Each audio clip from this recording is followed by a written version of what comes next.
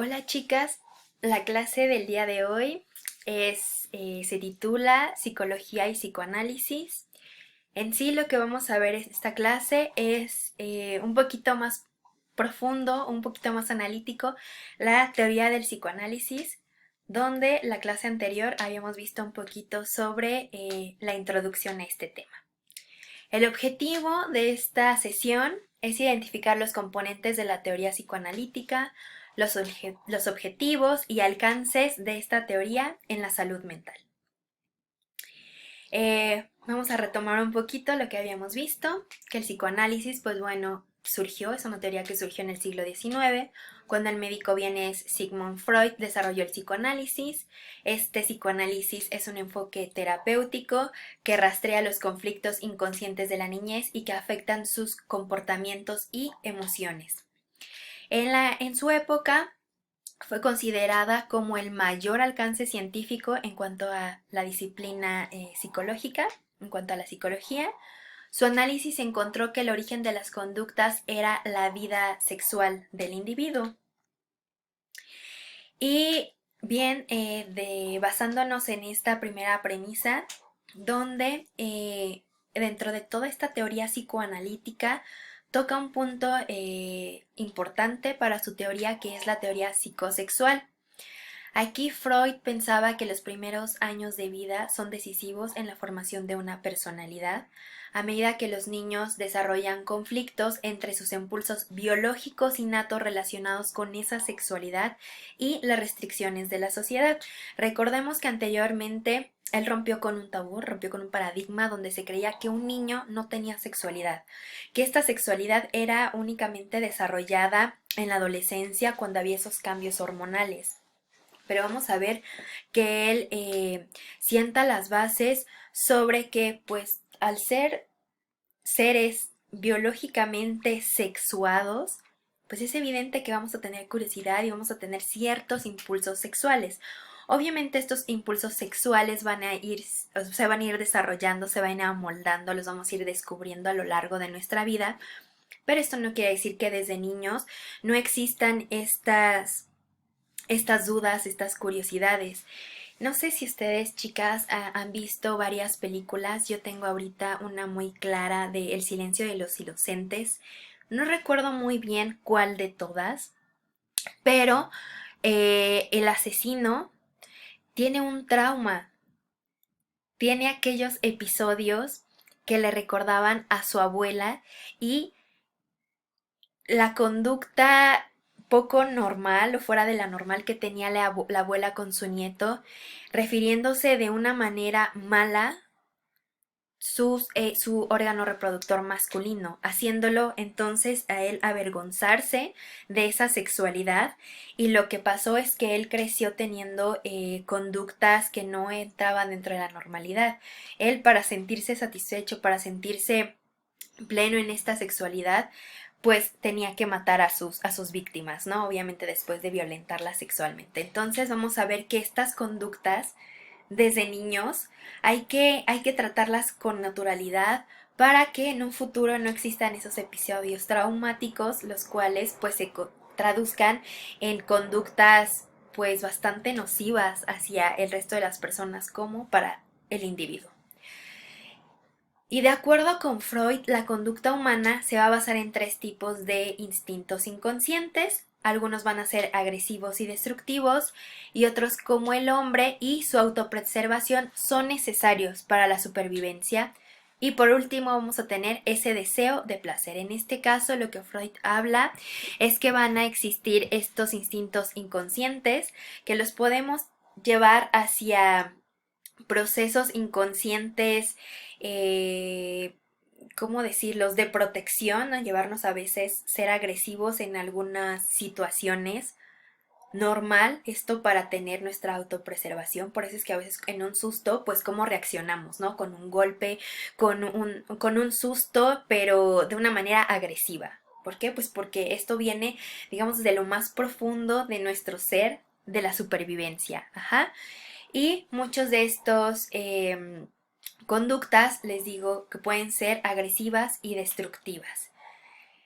Y el otro lado, pues está esa parte de buscar el placer, pero muchas veces nuestro placer de forma egoísta. A veces estamos tratando de satisfacer esos deseos, pero muchas veces no nos estamos dando cuenta que estamos siendo agresivos o destructivos hacia el resto de las personas. Entonces, digamos que Freud es como así nos describe, nos está situando en esas como esferas, ajá, como lo que habíamos visto anteriormente.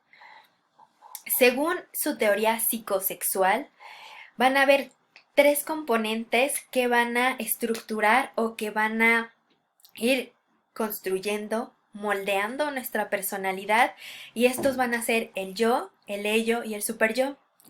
En cuanto al ello, van a ser todos aquellos pensamientos de tipo fantásticos, ilógicos y satisfactores de deseo. Si se dan cuenta, estas características las tienen los niños pequeños, los niños que están todavía en edad preescolar y que ya inicia su etapa escolar. ¿Cómo son estos niños? Empiezan a fantasear, tienen una piedra y le dan una vida, le dan un sentido. Sus juegos son pues muy fantasiosos, sus ideas para los adultos pueden sonar ilógicos, y lo que ellos hacen es que no es que los niños los hagan egoístas o hagan un niño feo o berrinchudo, simplemente es parte de la naturaleza de esa etapa de vida satisfacer el deseo. El niño no sabe que para poder obtener su paleta tiene que pedir permiso. Como por qué tendría que pedir permiso si yo la quiero, si en este momento yo quiero esta paleta. Es ahí cuando entra obviamente pues la educación de los padres, el decir pues sí, pero no tienes que pasar sobre el resto de la comunidad, sobre el resto de las personas. Claro que puedes tener esa paleta, pero antes tienes que pedirla, o antes tienes que tener una buena conducta alimentaria, como por ejemplo tienes que comerte tus verduras, y después de disfrute, de haber tenido esa comida placentera que te está nutriendo, pues nos vamos a permitir una paleta, algo fuera de lo que es nutritivo o de lo que va a nutrir tu organismo. Ajá. Por otro lado, tenemos esta otra parte que es el super yo, que es esta parte moral, esta parte de perfección, que es esta parte que se entiende como la parte inconsciente que contiene las reglas aprendidas de las primeras etapas de vida. Vamos a ver que nosotros, conforme nos vamos haciendo más adultos, vamos a caer en cuenta de que estamos haciendo muchísimas actividades como, como las hacía nuestra mamá, como las hacía a lo mejor nuestra abuelita, como las hacía quien nos crió, y las hacemos de una parte que no somos conscientes. Cuando las hacemos conscientes es cuando nos estamos dando cuenta que estamos realizando actividades que se quedaron muy dentro de nosotros y ya las hacemos sistemáticas, que ya las hacemos como robotcitos. Ajá. Ahora pues vamos a describirlas exactamente. La parte, digamos que esta fue una parte general. Vamos a definir nuevamente el ello, que va a ser la única estructura presente al nacer. Por eso es que digamos que la vimos de esta parte. Vemos cómo es esta estructura como de niños, les digo que están como en edad preescolar y escolar. Consta de todos los impulsos y deseos inconscientes que continuamente buscan expresión. Opera de acuerdo con el principio de placer, es decir, trata de obtener placer inmediato y evitar el dolor. Opera de acuerdo con el principio de placer. Perdón, volví a repetir la misma línea. Entonces les digo aquí, esta parte que nosotros tenemos es buscar nuestro placer, tratar de evitar el menos dolor posible. Vamos a ver que muchas veces esto se va a ver traducido también, por ejemplo, cuando hay muchas personas, cuando ya no quieren convivir, ya no quieren, tuvieron una mala experiencia con una amistad y ya no quieren tener nuevos amigos, ya no quieren conocer a nuevas personas porque tienen miedo otra vez a que se les lastime. Cosa que debemos superar porque estamos de acuerdo que no todas las personas son iguales, que no todos los momentos, que nosotros ya no somos los mismos que éramos cuando teníamos o cuando pasamos por ese episodio. Eso es el ello. Ajá. Eh, el yo, esta parte primordial, esta parte que les había puesto yo como una parte arriba en cuanto a las esferas. Esta parte no la había definido porque esta, digamos que no va a ir como todas las etapas, como por etapas de vida, no la vamos a ir desarrollando o se va a ver reflejada más en una etapa que otro, sino que esta parte del yo va a ser nuestra parte del ego, va a ser el mecanismo psíquico que controla todas las actividades de pensamiento y razonamiento. El yo va a operar en gran parte de manera consciente.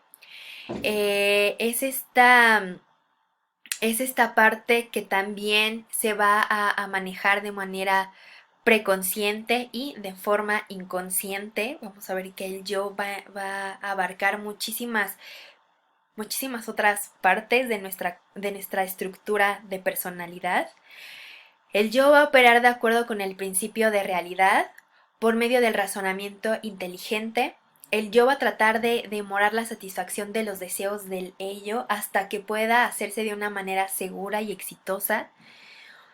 El yo va a tratar de estructurar una persona que solo consta del yo. Va a ser una persona que va a ser totalmente egoísta. Por eso es que necesitamos que estas tres concepciones dentro de nuestra personalidad se encuentran en el equilibrio. Vamos a ver que el yo va a tratar siempre de tomar esa satisfacción cuando nosotros estemos seguros. ¿Qué va a pasar? Pues yo voy a lanzarme al chavo, le voy a decir que me gusta, le voy a pedir una cita, le voy a pedir su teléfono, cuando yo estoy segura de que sí hay algo, de que yo le atraigo, de que yo le gusto, entonces es cuando nos lanzamos. O, por ejemplo, nos metemos a alguna competencia cuando sabemos y estamos seguros que nos preparamos, tuvimos el entrenamiento adecuado. Y es por eso que siempre hay que tratar les digo, de tener esas tres partes, esas tres esferas bien equilibradas, puesto que si solamente el yo está muy desarrollado, podemos hacer una persona que sea egoísta, solo en busca de su propia satisfacción. Es por eso que el ello se tiene que trabajar muchísimo en esta parte y sí, está bien que traten los padres de inculcarle toda esa seguridad a los niños, pero sabiendo que toda esa seguridad es para hacer de él un individuo sano, un individuo que pueda interactuar, que pueda ayudar a sus semejantes y que pueda siempre aportar algo bueno en la vida de los demás. En cuanto al super yo, aquí el super yo no está presente al nacer, lo que habíamos visto un poquito sobre ir esa parte de la moral, esa parte moral que van a ser todas aquellas reglas que la sociedad nos está dictando y nos dice cómo es que nos tenemos que comportar. Al madurar asimilamos o adoptamos como propios los juicios de nuestros padres acerca de lo que es bueno y lo que es malo. Y después conforme vamos creciendo, vamos también nosotros adoptando o moldeando las cosas que nosotros consideramos como buenas o como malas. Probablemente podemos llegar a un punto en donde, a ver, no, mi mamá me dijo que era malo no tomar agua antes de la sopa, que es algo que a mí me pasó, ¿no? Que cuando creces es así como de, no, eso porque le convenía a mi mamá, porque si no, no me iba a comer el guisado. Pero no tiene nada de malo acompañar una bebida junto desde el principio de la comida, ¿no? Entonces es ahí cuando nosotros ya estamos siendo más juiciosos, estamos siendo más, ¿cómo explicarlo?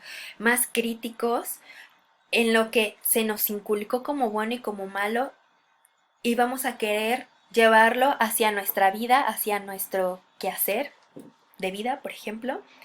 Vamos a ver también que con el tiempo las restricciones extremas impuestas por nuestros padres son sustituidas por nuestras propias restricciones internas. El super yo a la larga actúa como una conciencia que se encarga de la tarea de observar y guiar al yo.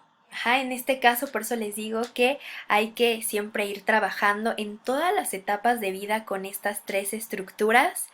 Y pues bueno, ya saben, continuamos con la segunda parte en el siguiente video.